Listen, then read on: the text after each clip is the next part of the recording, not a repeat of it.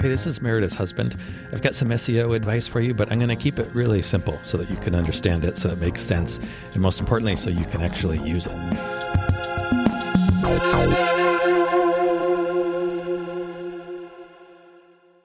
First, I got to make a little announcement or a pre-announcement.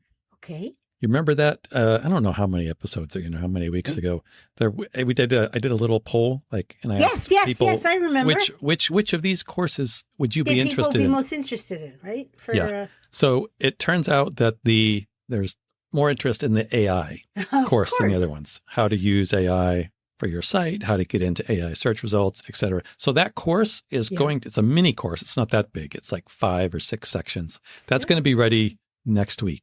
Oh, nice. Thank you. And so next week, I'll do a little summary, next week's episode, a little summary of what's in there and a link to it. Oh, very Because there's new guide. There's really the first ever, I think, sort of guidance from Google about kind of what you need to do to get your site into AI results. Oh, really? Yeah. And some other tools, some other, I would say, trustworthy tools like SEMrush have come out with what is now becoming credible guidance. Oh, wow. Yeah. Up until now, as I kind of talked about, all the guidance on how to get your site into AI search results is kind of like people throw their hands up and they're like. Do you think that's because Google hadn't yet established their own AI? Yes, partially. Yeah. Yeah, that makes sense. But this week, there was something in my inbox that I thought was fascinating. It was updated stats for AI stats for 2025. What does that mean? Like information, like statistics on who's using AI and what are they using it for, and et cetera, et cetera. When we use ChatGPT, is that all recorded? And put in a little vault with our name on it? Yeah, probably. Can that evidence be used against us? That's a good question. I don't know. Just curious. Probably. I would think so. Just like your search history can be, like if the government is investigating a crime. Yeah. Probably. Just like your search history could be, I forget what they call it, unlocked. Yeah. Okay. Good to know.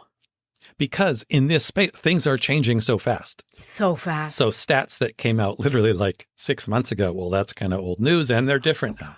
So this is what I think is the most current information. This came out just literally a couple of weeks ago. Wow. And I'm going to summarize some of the stats I thought were really interesting. I'm going to share those. But it's summarized by saying AI is on track to destroy humanity? No. Good. To change industry on a scale we haven't seen since the Industrial Revolution, which is, that's for the better?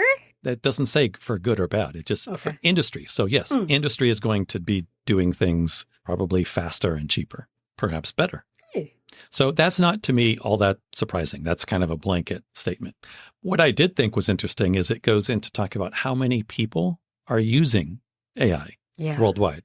Because it wasn't that long ago that only 10% of people were actually using it. So worldwide, 66% of people use AI intentionally. So that means going to ChatGPT and using it, not using a tool that uses AI in the background and not being aware. So 66%. That's a big jump. 2/3. Yeah. It's a big jump. So the adoption of AI, one of the next stats is the adoption of using AI is faster than the adoption of mobile phones. I was just gonna say, how would that compare to the invention of the television or the telephone and or the radio? Yeah, that makes sense, because I've heard many times that sort of thing, it just keeps getting faster and faster. Right. Like it took, I don't know how many years for 1 million people to use a light bulb. Right. And then how long did it take for 1 million people to use the radio, the newspaper, the TV, the internet, social media, mobile? And so every iteration, it gets faster and faster. So it's fax. Remember faxes? Yeah, fax machines. Yeah. Again, it's not really that surprising that it's happening. It's happening quickly. What is interesting, I think, is it says 80% of people in emerging economies use AI intentionally, compared to only 58% in advanced economies. So what that means is it seems like it could potentially even the playing field a bit. Yeah. If people in economies that are still growing have access to the same things and they're adapting to it faster, that's going to be a problem. I'm surprised by that, actually. Like people in advanced, like this country, the U.S., we're using it slower than everybody else. In fact, this was an interesting comparison. To put it into context, it said that only 31% of adults in the UA consume the UK. Oh, UK. The UK consume the recommended 5 portions of fruits and veggies per day. So then it makes the conclusion, I don't know if I totally agree with this, but it says that means that we are twice as likely to engage with AI than we are to eat a balanced diet. So it's easier. We don't have to. I don't think that's necessarily true given that information, but it's an interesting way to look at it. I think it's because for some, eating vegetables and fruits is a chore rather than something that they get very excited about. Right. And AI is helping instantly. Yeah. I also wonder about people's diet in the UK. Are they just... I think that's pretty spot on. Yeah. Okay. They don't. So one of the next ones, it says, who is using AI the most? And it's talking about... Students. Generational. Oh, yeah. Good guess. I'll get to that in a second. Okay. But first level, even broader, it says millennials are the most active users. Kind of no surprise. Yeah. 62% of millennials report what they call a high level of AI expertise. Yes. So those people they say that they are very confident using AI. And they can also recognize it really quickly. Yes. Quicker than many of us. All of us. Compare that 62% to 33% of older adults. So like you and I would probably be in that 33%. Yes. So they're twice as likely to be using AI. Right. Okay, so the next section that I thought was interesting is what are people using AI for? So what are they doing with it? There's a few interesting points here. Number one, it says 50% of teachers are using AI for lesson planning and research. Oh, I thought you were going to say to distinguish if the papers have been written by Probably AI. doing that too. Oh. I'm sure. Next point, we'll come back to that one in just a second. Next point, 42 to 55% of U.S. households own at least one AI-powered smart home device. Oh, so like Siri? Alexa, thermostats, stuff, light bulbs, shades, stuff like that. That are controlled by AI? Not controlled by AI, but AI-powered smart tools. Like we have some smart tools. We have some smart Do we have things. any AI powered? They're not AI powered. Oh, okay. What this seems to suggest to me is just moving forward, they're all going to be using AI on some level. Ooh. Our home devices they're a couple years old at least. So it wasn't an option. You mean, is it kind of like was it called Silicon Valley, the TV show? Yeah. With the refrigerator? Yes, that was a smart refrigerator. Right. And I guess they'll say like, you'll now know when you need celery. Yeah. And Something like that. What we'll do is we'll put it already into a cart and ship it to you. Yeah. Like the Nest thermostats use AI. Oh, they're the ones that like supposedly learn your rhythm and they adjust your heat based on the way you do it. So over time, you don't have to worry about setting anything. It will just do it automatically based on you and your habits. Huh. We don't have that one. No, this all freaks me out. Why does it freak me out? Are we just going to sit like... It's new. Are we going to sit in a pod and just have everything happen around us? Well, that opens a whole new... I know. That I would love to talk about. I know, me too. It's like the telepathy tapes. A podcast I highly recommend. Okay, next. 84% of those who use AI, 84% of them use AI to explore and understand new concepts and ideas. So researching hobbies, upskilling, planning, things like that, learning essentially. That's nice. That's encouraging. Great. I think that's fantastic. That's encouraging. That's really what I think that's what we should be doing with it. Yeah. It also mentions 20% of surgeries performed at the NHS hospitals in the UK. I don't know what those are. 20% are carried out using robot-assisted, AI-powered devices. And then it says that's expected to rise sharply. Yeah, I'm surprised by that. I would think that's going to be more like 100% pretty soon. That AIs are going to do surgeries? Yeah, AI assisted.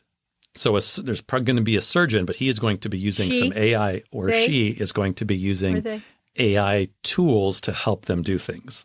I don't know what. I don't know that much about surgery, but that's not surprising. I would think that would be, I would hope that would start to make surgeries more easier, more affordable. Affordable. How more about effective. that? Yeah. Unlike, now, can AI be hacked? There is a jailbreaking issue with AI.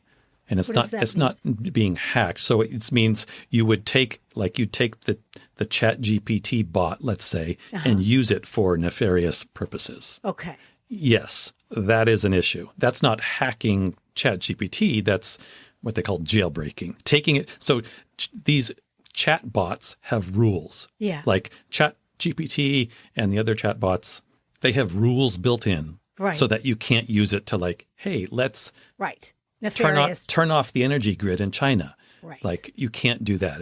And many other things, hopefully. When you jailbreak it, it's going to, you take it out of that jail so you can use it for whatever. That's an issue.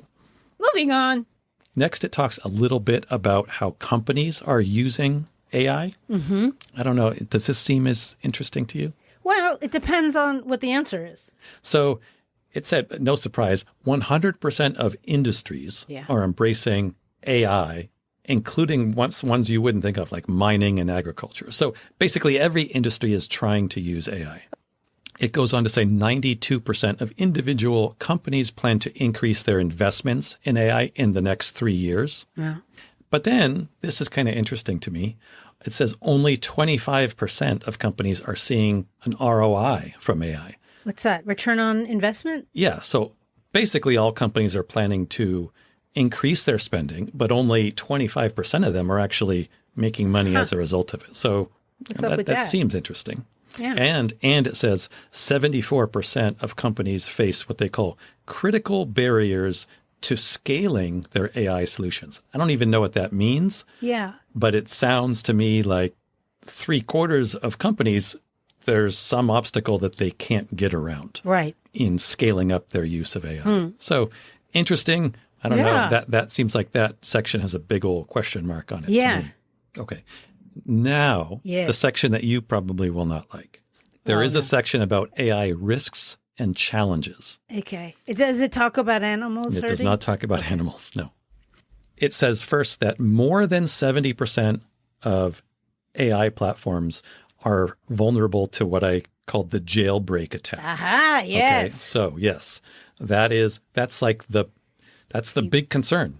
Like that's the big, somebody's going to use AI to take over the world type of worry that people have. Yeah.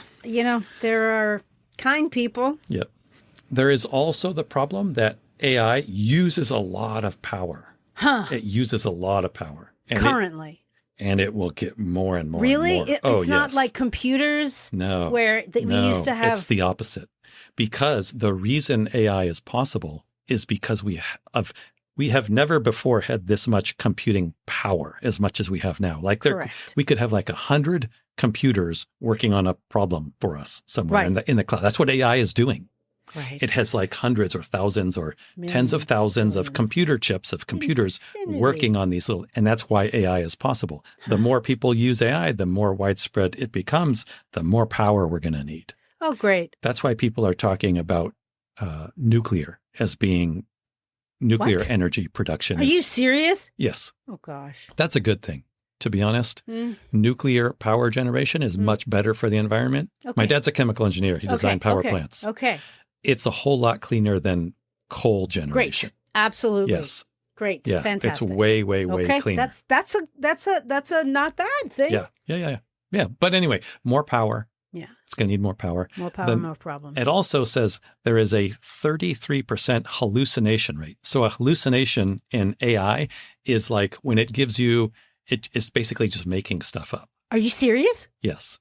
Like a placebo? No, not like it's like it's telling you very false stuff and telling you it's true. Oh, that's not good. No, that's not good at all. And this seemed like it was getting better. Like this was a big problem when Chat GPT and these early chatbots started rolling out. There was a higher hallucination rate. I like how they call it hallucination rather than fault. Mistakes, bad information. Lies. Yeah. Lies. It's hallucinating. But so it seemed like that was getting better. But in the most recent version of ChatGPT 4.0, the hallucination rate was double what the previous one was. Ooh. So that's not so they can still be wrong. So when my ChatGPT says you're fabulous, no, of course it's not wrong about that.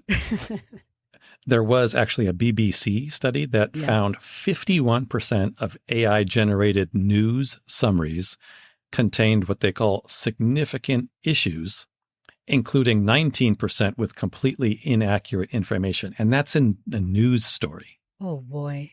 I think what the problem is there is that chatbots cannot go out into the world and see what's happening. They can't differentiate between a social media post and it can't differentiate between, say, an article on the New York Times and an article on Fox. Huh? And those, as we know, can say very different things. Yeah. So seems to me that's where that issue is coming from. Not necessarily that ChatGPT is responsible for the incorrect information. Correct. It's just gathering that information from sources that are incorrect. So my thoughts in going over this, what did you think was most interesting? Well, I appreciate that the other quote, the word developing countries. Yes. Developing economies. Maybe that could help unbalance superpowers. Yeah, absolutely. Which would be very encouraging. Absolutely. Yes. Yes. I also really like the fact that they're using it to learn. I like that 84%. Too. Like that's I don't want to know what they want to learn, but I'm glad that they are using it to learn. Yes, exactly. That's great. The situation where the teachers are using it to plan lessons and the students are using it, that's very interesting to me. I can't really wrap my head around what that means. It's like two sides of a conversation or like that using no one's AI. having? Yeah. No one's actually engaging But people are learning. It is AI, it's in my own experience, vastly like expedites the learning process. Like you can learn. But what about retention? But one of the changes is that the AI in general is just presenting information in a much more conversational format. True. Which I think is a lot more memorable than like, say, looking at a list of 10 different websites on Google and trying to piece that information together. Yes. I think we can remember conversations a lot better. So I think those things, I think that part of AI is going in the right direction. Yes. And the fact that students are using it, like that makes me feel. Of course students are using it. And if they're confident using it, like it means that the new jobs that will emerge around AI, that they will be ready for that. Yeah. Whereas I will not be. Okay. I hope you found this helpful. You will be. Interesting.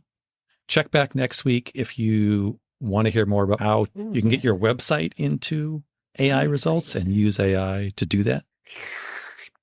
Hey. Thank you so much for listening. We really hope that you find this helpful and useful. And if you do, what you could do for us as a thanks would be to, drumroll please, leave a review. Yes, everybody says it, I know, but it really does make a difference. Take 3 seconds, leave as many stars, say something really nice about what you like about the podcast and maybe why other people would like it. It would mean the world to us, especially my husband. That better? All right, I'm going to try one where I'm not going to be charming.